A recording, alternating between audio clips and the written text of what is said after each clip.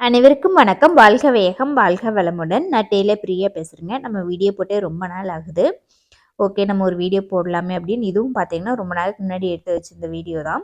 Tailoring machine வந்து clean பண்ணும் பொழுது நாங்கள் வீடியோ எடுத்து வச்சுருந்தோம். அதாவது ஆயில் சேஞ்ச் பண்ணணும். பவர் மிஷினுக்கு எப்போவுமே குறைஞ்சது ஒரு 4 மாதத்துக்கு ஒருக்கா வச்சு நம்ம ஆயில் சேஞ்ச் பண்ணணும். இதில் உங்களுக்கு பார்க்கும் பொழுதே தெரியும் ஆயில் வந்து எந்த அளவுக்கு கலர் வந்து மாறி இருக்குது அப்படின்னு. நம்ம ஆயில் வந்து ஊற்றும் பொழுது பார்த்திங்கன்னா அந்த ஆயிலுக்கு உண்டான அந்த கலரிங்கே இல்லாம தான் இருக்கும். அந்த தண்ணி எப்படி கலரா இருக்குமோ, அந்த கலர்ல தான் இருக்கும். நம்ம சமையலுக்கெல்லாம் யூஸ் பண்ற ஆயில் பார்த்தீங்கன்னா, கொஞ்சம் கலரா இருக்கும். அந்த மிஷின் ஆயில் பார்த்தீங்கன்னா, எந்த விதமான கலருமே இல்லாம தான் இருக்கும். இந்த ஏற்கனவே நம்ம யூஸ் பண்ணியிருக்கிற இந்த பழைய ஆயில வந்து நம்ம வெளியில எடுக்கணும். அது எப்படி வெளியில எடுக்கணும்னா, மிஷின்ல இந்த மாதிரி கீழ ரைட் சைட் பக்கமா ஒரு ரவுண்டா பிளாக் கலர்ல இருக்கும். அத வந்து நம்ம ஈஸியா நம்ம ஒவ்வொரு டைமும் எடுத்துட்டு இருக்கிற மாரி இருந்தா ஈஸியா இருக்கும். ஆனா, ஃபர்ஸ்ட் டைம் வந்து நீங்க எடுக்கிறீங்க அப்டின்னா, அது வந்து ரொம்ப ஹார்டா இருக்கும்.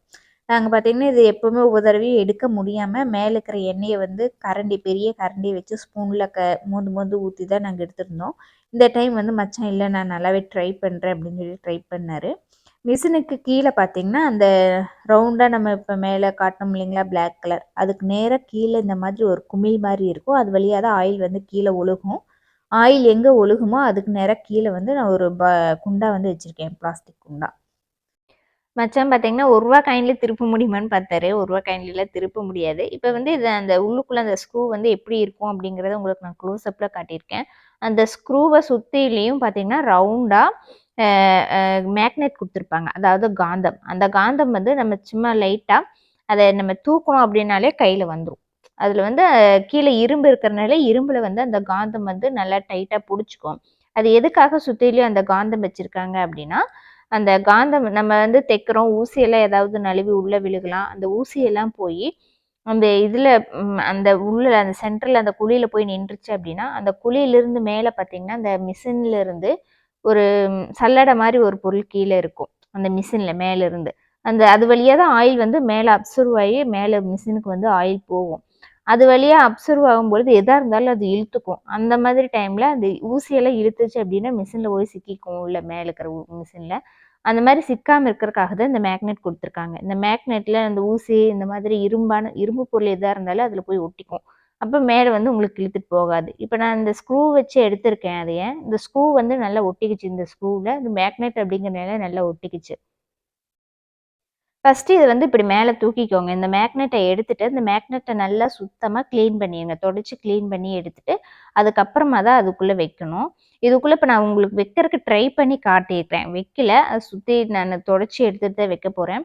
ஆனா வைக்க ட்ரை பண்றேன் பாருங்க, அது வந்து கீழ செட் ஆகவே மாட்டுது. ஏன்னா, நம்ம அந்த ஸ்க்ரூ வந்து இரும்பு அப்டிங்கிறனால ஸ்க்ரூல நல்லா ஒட்டிக்கிச்சு. இது நல்லா உங்களுக்கு நல்லா செட் ஆயிக்கும் அது. அந்த ஸ்க்ரூவ சுத்தியிலயுமே சென்டர்ல இருக்கிற அந்த ஸ்க்ரூவ சுத்தியிலயும் அந்த ரவுண்டா நல்லா செட் ஆயிக்கும். ஸோ ஆயிலும் கீழ லீக் ஆகாது. ஏதாவது இரும்பு பொருள் இருந்தாலும் அத வந்து இழுத்து வச்சுக்கும். இந்த மாதிரி அது நல்லா யூஸ் ஆகுற மாரி அந்த காந்தத்த வந்து அங்க அந்த இடத்துல செட் ஆகுற மாரி வச்சிருக்காங்க. ஓகே. இந்த காந்தத்த வந்து வெளியில எடுத்து நல்லா தொடச்சு எடுத்து வச்சுருங்க. தொடச்சு எடுத்து வச்சதுக்கப்புறமா, அந்த இடையில இருக்கிற ஸ்க்ரூவ வந்து இனி நம்ம ஓப்பன் பண்ணணும். ஸ்க்ரூவ வந்து ஓப்பன் பண்றதுக்கு நம்ம திருப்புளி வச்சு நம்ம ஓப்பன் பண்ணிக்கலாம். திருப்புளி வச்சு நல்லா டைட்டா அமுத்தி புடிச்சுட்டு திருப்புங்க. திருப்பும் பொழுது அது வந்து நம்ம ஒரு டைம் திருப்புறக்கு ஃபர்ஸ்ட் டைம் திருப்புறக்கு தான் கொஞ்சம் இதா இருக்கிற மாரி இருக்கும். கொஞ்சம் ஹார்டா இருக்கிற மாரி இருக்கும். அ அ மத்தபடி அந்த ஃபர்ஸ்ட் டைம் நம்ம திருப்பி எடுத்துட்டோம் அப்டின்னா, ரொம்ப அடுத்த டைம் எல்லாம் நம்ம திருப்புறக்கு ரொம்ப ஈஸியா தான் இருக்கும். திருப்பள்ளி வச்சு நல்லா திருப்பும் பொழுது, உங்களால திருப்ப முடியல, அது நல்லா டைட்டா இருக்குது அப்டின்னா, ஒண்ணும் பிரச்சனை இல்ல. அந்த ஸ்க்ரூ மாரி இருக்குது இல்லைங்களா? ஸ்க்ரூவுல சைடா வைங்க அந்த திருப்புளிய. சைடா வச்சுட்டு, சுத்தியல் வச்சு ஒரு 2 தட்டு மட்டும் தட்டுங்க. அது வந்து ஸ்க்ரூ வந்து கொஞ்சம் லைட்டா லூஸ் ஆயிக்கும். அதுக்கப்புறமா நம்ம ஈஸியா கழட்டி எடுத்துக்கலாம். இது வந்து ஒரு வீடியோல தான் பார்த்தேன். யூடியூப் வீடியோல தான் அத வந்து சொன்னாங்க ஒருத்தங்க. நாங்க கூட கொஞ்சம் பயந்துட்டு தான் தட்டுனோம். ஏதாவது ஆயிருமோ என்னமோன்னு. ஆனா அது ஒண்ணும் இல்ல. அது வந்து ஈஸியா வந்து நமக்கு கழண்டு வந்துருச்சு. ஃபர்ஸ்ட் டைம் நம்ம கழட்டும்போது மட்டும் இந்த மாதிரி பண்ணணும். அப்புறம் நெக்ஸ்ட் டைம் நம்ம ஆயில் சேஞ்ச் பண்ணும்பொழுதெல்லாம் அது வந்து சரியாயிக்கும். நம்ம ஈஸியா கழட்டுற மாதிரி தான் இருக்கும். ஏன்னா நம்ம போட்டு ரொம்பவும் டைட் பண்ணாம, ஈஸியாக கழட்டுற மாதிரி நம்ம ஃபிக்ஸ் பண்ணிக்கலாம். ஆயில் மட்டும் கீழே லீக் ஆகாத மாதிரி நம்ம பார்த்து ஸ்க்ரூ வந்து டைட் அந்த அளவுக்கு மட்டும் டைட் வச்சுக்கலாம். நான் வந்து கீழே பிளாஸ்டிக் குண்டா வச்சுருக்கேன். அதுக்கு பொதுவாக நீங்கள் பிளாஸ்டிக் பாட்டில் கூட நீங்கள் வைக்கலாம். ஆயில் வந்து கீழே வருது. இப்போ பாருங்கள், அப்படியே அசடோடு வருது, அந்த அழுக்கோடு வருது. இதை அப்படியே நம்ம கலெக்ட் பண்ணிக்கணும். நீங்கள் பாட்டில் வச்சு பிடிக்கிறீங்க அப்படின்னா மேலே ஒட்டின மாதிரி வச்சு பிடிச்சிக்கலாம். ரொம்ப மேலே ஒட்ட வைக்காமல் கொஞ்சம் அதை ஒட்டி கீழே கொஞ்சம் தனிச்சு வச்சு நம்ம பாட்டில் வச்சு நம்ம அதை ஈஸியாக பிடிச்சிக்கலாம் ஆயில.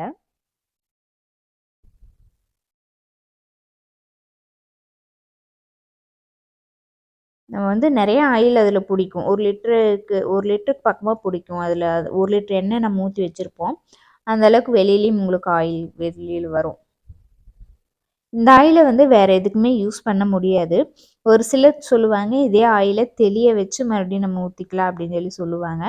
இருந்தாலும் அந்த மாதிரியெல்லாம் நம்ம ட்ரை பண்ண வேண்டாம். ஒவ்வொரு தடவையும் ஆயிலை வந்து சேஞ்ச் பண்ணிடுங்க.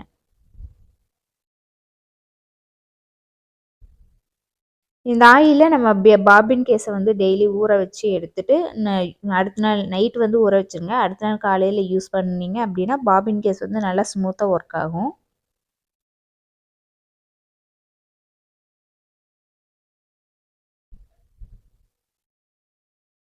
இந்த ஆயில் பாருங்கள் எந்த அளவுக்கு பிளாக்காக அது வந்து அழுக்காக இருக்குன்னு. ஆனால் நம்ம ஆயில் ஊற்றும் பொழுதும் பாருங்கள், ஊற்றும் பொழுதும் உங்களுக்கு காட்டுறேன் எந்த அளவுக்கு கிளியராக இருக்குதுன்னு பாருங்கள். ஊற்றுற ஆயில் நியூவாக புதுசாக நம்ம வாங்கிட்டு வந்த ஆயில். இப்போ வந்து ஃபுல்லாக எல்லா ஆயில் வந்து கீழே இறங்கிடுச்சு. இப்போ லாஸ்ட்டாக சொட்டு சொட்டாக இறங்கிட்டு இருக்குது.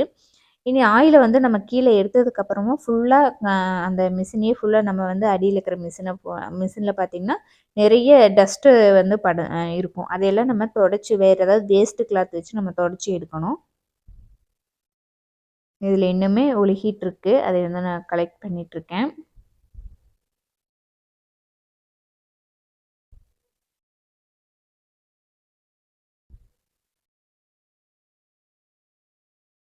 இப்போ பாருங்கள் மேலே இருக்கிற ஆயிலெல்லாம் கீழே வந்துருச்சு. ஆனால் அழுக்கு பாருங்கள் எந்த அளவுக்கு இருக்குது அப்படின்னு. இதை வந்து நம்ம தொடச்சி எடுக்கணும். தொடச்சி எடுத்ததுக்கு அப்புறமாவே நம்ம அந்த ஸ்க்ரூவை வந்து போட்டுட்டு அதுக்கு மேலே நம்ம காந்தத்தை செட் பண்ணிக்கலாம். ஆனால் மச்சானுக்கு கொஞ்சம் வெளியில் வேலை இருக்குது போகணும் அப்படிங்கிறதுனால ஃபஸ்ட்டே இந்த ஸ்க்ரூவை வந்து செட் பண்ணி கொடுத்துட்டு எனக்கு போயிட்டாரு. இப்போ வந்து இந்த ஸ்க்ரூ நம்ம எப்படி ஓப்பன் பண்ணமோ அதே மாதிரியே அந்த ஓட்டை ஒன்று இருக்கும். அதுக்குள்ளே அந்த ஸ்க்ரூவை வந்து விட்டு மேலே திருப்புளி வழியை நம்ம டைட் பண்ணிக்கலாம். திருப்புளி வச்சு நம்ம டைட் பண்ணிக்கலாம். ரொம்ப டைட் பண்ண வேண்டாம். நான் ஆல்ரெடி சொன்ன மாதிரி எண்ணெய் வந்து கீழே லீக் ஆகாத மாதிரி நம்ம டைட் பண்ணால் போதும். அந்த ஸ்க்ரூவை போட்டதுக்கப்புறமா அதுக்கு மேலே அந்த காந்தத்தை வந்து நம்ம செட் பண்ணி விட்டுறலாம். காந்தத்துக்கெல்லாம் நம்ம போட்டு திருப்பணும்னால இல்லை. அவர் எதுக்கும் லைட்டாக மறுபடியும் ஸ்க்ரூவை திருப்பி விட்டுக்கலான்னு திருப்பி விட்டுருக்காரு. அவ்வளோதான், அது வந்து செட் ஆயிடுச்சு. அது ரொம்ப ஈஸியான வேலை தான். இதுக்கப்புறமா நான் வந்து அதை வந்து துடைக்கிற வேலையில் நான் இறங்குறேன். ஏற முடியும். இப்போ மெஷினில் மேலே சுற்றிலுமே இந்த மாதிரி பிளாஸ்டிக்கில் லைட்டாக பஞ்சு மாதிரி டைப்பில் வந்து மேலே வச்சுருப்பாங்க. இதை வந்து நான் எடுத்து தொடச்சி எடுத்துக்கிறேன்.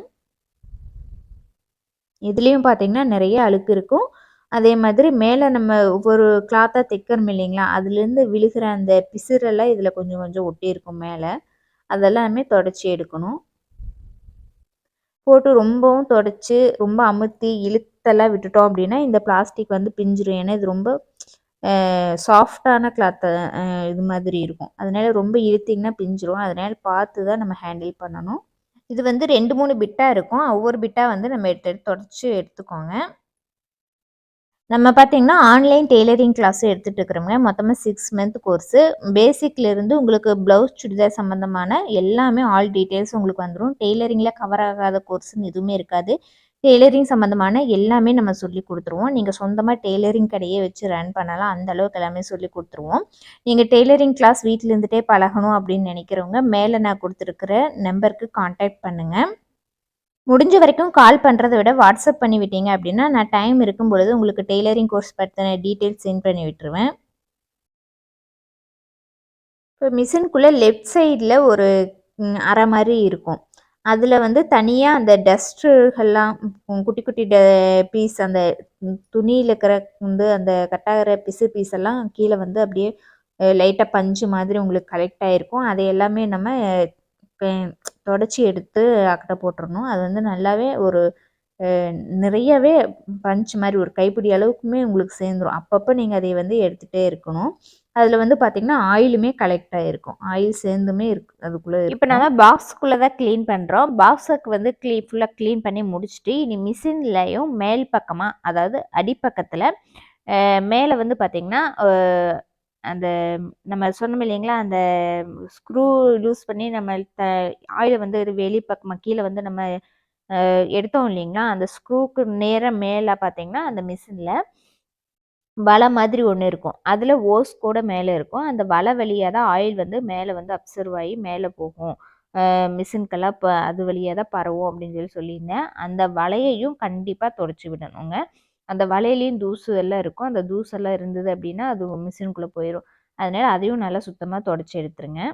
இந்த பவர் மிஷினுக்கு வெளி சைடில் பெல்ட் எல்லாம் எதுவும் இருக்காதுங்க. அதனால நம்ம பெடலிங் மிஷின் மாதிரி அந்த பெல்ட்டு சைடில் இருக்கிற பெல்ட் எல்லாம் கழட்டி விட்டுட்டு நம்ம நிமித்தணும்னு இல்லை. இதை அப்படியே நம்ம நிமித்திக்கலாம். ஆனால் லைட்டு பவர் வந்து நம்ம ஆஃப் பண்ணிட்டு அதை வந்து சாய்ச்சி வைக்கணும். சாய்ச்சி வைக்கிறதுக்கு வந்து பேக் சைடில் ஒரு சின்ன குமிழ் மாதிரி ஹைட்டாக கொடுத்துருப்பாங்க. அதில் தான் இது வந்து நல்லா வெயிட் தாங்கி நிற்கும்.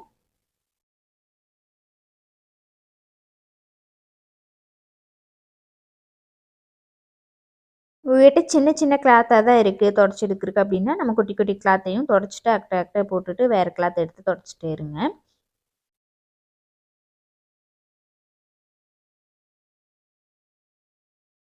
ஃபுல்லாக தொடச்சி எடுத்துட்டு, நான் அந்த பிளாஸ்டிக் மாதிரி இருந்த அந்த நீட்டமாக இருந்தது இல்லைங்களா, அதையே அங்கங்கே வைக்கணுமோ அந்தந்த இடத்துல கரெக்டாக ப்ளேஸ் பண்ணி வச்சுக்கோங்க. வச்சதுக்கப்புறமா இனி இதுக்குள்ளே சுத்தமாக நம்ம தொடச்சி எடுத்துட்டோம். இனி இதில் நம்ம ஆயில் ஊற்றணும். இந்த ஆயில் தான் மச்சான் வந்து வாங்கிட்டு வந்திருக்காரு. நம்ம மிஷின் ஆயில்னு கேட்டோம்னாலே அவங்க வந்து கொடுப்பாங்க. இதை வந்து பூட்டு துருப்பிடிக்காமல் இருக்கிறதுக்கு பூட்டுலியெல்லாம் இந்த ஆயில் தான் விடுவாங்க. கதவு ஜன்னல் இதுக்கெல்லாம் அந்த லாக் வர்ற பக்கமெல்லாம் இது விடுவாங்க. இதை வந்து அப்படியே இதுக்குள்ளே நம்ம ஊற்றிட வேண்டியதுதான்.